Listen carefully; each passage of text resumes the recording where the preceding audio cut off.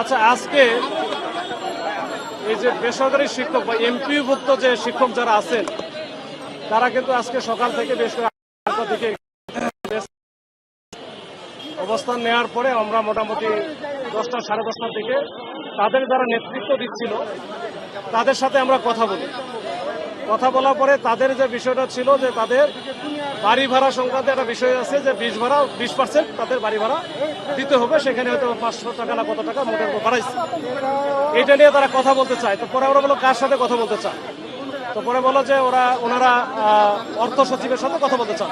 আমরা কিন্তু সচিবালয়ে তাদের 10-12 জনের একটা প্রতিনিধি দল পাঠাইছি, এখানে অর্থ সচিব স্যারের সাথে তারা কথা বলে আসে, কথা বলে ওইখানে সবকিছু মোটামুটি কনভিন্সড হয়ে তারা এখানে এসে তাদের যারা সমর্থক এখানে ছিল, এখানে অনেক লোকজন ছিল, তাদের উদ্দেশ্যে তারা বক্তব্য দিয়েছে এবং সিদ্ধান্ত জানাইছে যে তারা মোটামুটি কনভিন্সড এবং তারা এইখানে আজকের মতো এখানে স্থগিত করলো, তারা চলে যাচ্ছে শহীদ মিনারে, তারা আরো 2-1 দিন অবস্থান করবে যতক্ষণ না পর্যন্ত প্রজ্ঞাপন দেয়। তো শহীদ মিনারে থাকবে, আমরা শহীদ মিনার তাদের নেওয়ার জন্য আমরা কিন্তু চিন্তা করলাম। তো কথা যখন হচ্ছে আমরা তাদেরকে নিয়ে গেলাম, পরে নিয়ে যাওয়ার পরে দেখি যে অর্ধেকের বেশি গেছে আর অর্ধেকের মতো এখানে আছে। তো ওনাদের সাথে কথা বললাম, ভাই আপনারা তো বললেন যে সবাই মিলে আমরা চলে যাবো, তাহলে অর্ধেক থাকলো কারা? তো বললো যে ওনাদের দায়িত্ব আমি নিতে পারবো না, এরা হচ্ছে আমাদের সাথে যেহেতু আমাদের কথা শুনে নাই, তার মানে এরা অন্য কেউ হতে পারে। তো যাই হোক, আমরা আসার পরে আবার ব্যাক করলাম, ব্যাক করে আমাদের যারা ফোর্স নিয়ে তাদেরকে প্রথমে বোঝানোর চেষ্টা করছি, মাইকিং করছি, আমরা 10 মিনিট সময় দিয়েছি যে আপনারা শহীদ মিনারে সবাই একসাথে চলে যান।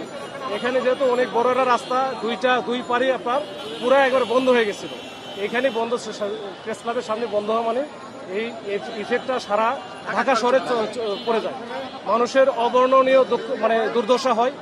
আমরা বারবার তাদেরকে ঠেলে নিয়ে যাচ্ছি। আপনারা দেখেছেন যে প্রথমে আমরা সাউন্ড গ্রেড কয়েকটা মারছি যেন ওরা ভয় পায়, যেন দূরেও মারছি, ভয় পাইলে তারা যেন আস্তে আস্তে তারা ভয় পেয়ে চলে যাবে, ডিসপার্স হয়ে যাবে। তো আমরা এইভাবে ডিসপার্স কয়েক দফায় করা লাগছে, বুঝায় করা লাগছে, কখনো ভয় দেখায় করা লাগছে। এই হচ্ছে অবস্থা। আমরা এখন ওদেরকে মোটামুটি ডিসপার্স, ওরা সব চলে গেছে, ম্যাক্সিমামই চলে গেছে শহীদ মিনারে, কিছু হয়তো এদিক ওদিক এখন আছে, যান চলাচল এখন মোটামুটি স্বাভাবিক।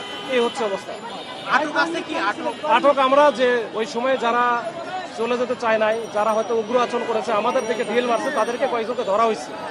তো এই আমাদের হেফাজতে আছে, হয়তো 5-6 জন থাকতে পারে, এটা আমরা দেখতেছি। আমরা ওনাদের সাথে যারা নেতৃত্বে আছে তাদের সাথে কথা বলে যদি আমরা ভালো মনে করি, তারা মনে করে যে তাহলে যেহেতু শিক্ষক মানুষ, আমরা শিক্ষকদের সবসময় শ্রদ্ধা করি, তারা আমাদের জাতির বিবেক।